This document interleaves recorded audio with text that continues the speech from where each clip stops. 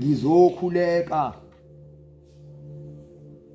umkhuleko wami omubi engikhuleka njalo uma sengizwa engazi ukuthi ngiyaphela. Ngiukhuleka namhlanje ngoba ngiyakuzwa phakathi kwami nokukuphela.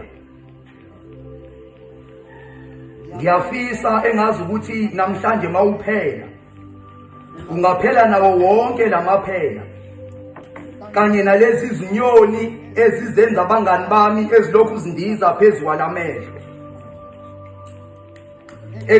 Ungathi mawuphela kuphele nalomkhuhlane ongihlasela njalo ebusuku masengilele abantu bengangiboni. Uma ngithimula emakhaleni ami kwehla yonke imali nalengakayisebenzi. Emehlweni ami kulokhu kuxebuka lempumelelo ebese nginesikhathi eside ngiyibhekile. Nasezidlathini zami mase kuhlephuke nothando ebekade ngisenalo ngabafowethu. Ngiyafisa ukuthi namhlanje futhi mangabe uphele nawo wonke lamantombazane anokusondela njalo kumina. Amanye eza esehlehla nyova ethi adonswa inayileli iphunga lalezi inkondlo zami ezimbi engizibhalayo.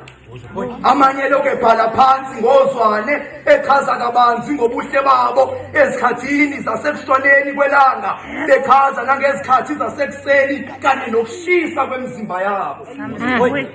Ngifisa engazi ukuthi mangabe uphela ungaphela nalenhliziyo yami enokungikhohlisa izinqambela amanga ithi labantu ngiyabathanda ngibe ngibona kahle ukuthi angibathandi. Hayibo. Ngiyafisa ngathi lo mkhule wami ungathi mawuphela uphele nalezi inkondlo ezimpi ezinokusididisa nasemehlweni ethu uma sithi siyayibona indlela.